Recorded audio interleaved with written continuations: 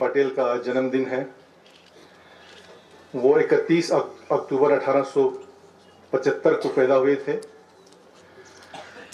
वो हमारे जितने भी फ्रीडम फाइटर्स हैं उनमें उनका नाम सुनहरी लफ्ज़ों में लिखा गया है। उनका हमारे भारत को, हमारे देश को आज़ादी दिलाने में उनका बहुत ही बड़ा योगदान है। इसीलिए आज तक उनको याद किया जाता है। हमारा हिंदुस्तान मुख्तलिफ छोटे छोटे रियासतों में कहें या हिस्सों में कहें बटा हुआ था। उन सब को यकजा करने में, इकट्ठे लाने में उनका बहुत ही बड़ा कंट्रीब्यूशन है।